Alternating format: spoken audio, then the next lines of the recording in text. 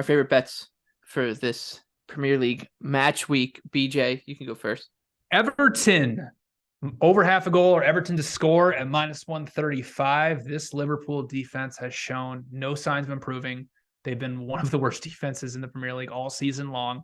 They have not held an opponent under 1 expected goal since August 31st against Newcastle. Even the last time these two teams met, Everton created over 1.5 expected goal. Everton just put up 1.7 expected goals against what I believe is the best defense in the Premier League. And the biggest thing here is now that Everton has Sean Dyche, even before him, they were a top 5 team in terms of XG per set piece, so they're only going to get better. Liverpool is literally the worst set piece defense in the Premier League. They're still without Konate. They're still without Virgil van Dijk. So what's going to improve here for Liverpool? So even, Dominic Calvert-Lewin is questionable to play in this match, but Everton still has a lot of great attackers that can make up for his loss. I do project Everton at 1.03 goals. So over half a goal at -135 is a good enough price for me to see the Toffees put the ball in the back of the net. Hopefully multiple times. Hopefully. Maybe 6 or 7.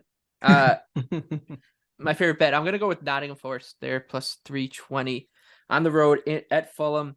Fulham, totally in the hunt here for a spot in Europe against the odds. 8th place as we come into this Premier League match week. Nottingham Forest, they're only 6 points above the drop zone. They're in 13th. But when you look at the underlying numbers, there's really not that much of a difference here. In total, the expected goal differential for Fulham, -7.7, -7.9 for Nottingham Forest. And this Fulham defense, it's weird. They are dead last in terms of total expected goals allowed on the season. And yet, that's nearly 37. And yet, they've only allowed 30. So some defensive regression coming.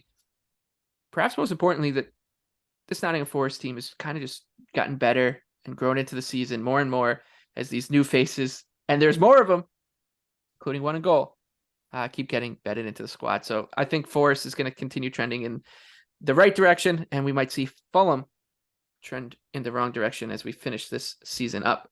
So I'll be on the tricky trees. Anthony, take us home. I like Leeds +0.5 against Man United at home now. They're going to flip venues and head to Ellen Road. Look, I think Man United had a major problem controlling the game, keeping it in their favor and having the possession and not losing it high and whatnot, because Casemiro's out. And I think it's a huge loss. Him getting that red card means he's suspended for this match also. And I really think that Leeds are much better than the numbers say. And I said this under Jesse Marsch, and just because he got fired doesn't mean it changes my view of this still being his team until a new actual manager comes in and imprints his own ideas.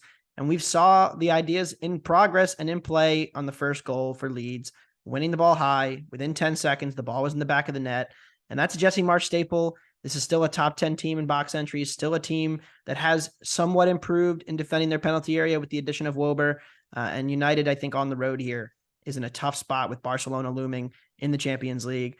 They'll feel as though they were probably a little bit fortunate to come back from 2 down today, but it doesn't matter. Because on Sunday, Leeds are going to get at least another point, and I would not be surprised if the Peacocks won the match. Do love what I'm seeing from the young attackers like Nyoto, especially up the left wing.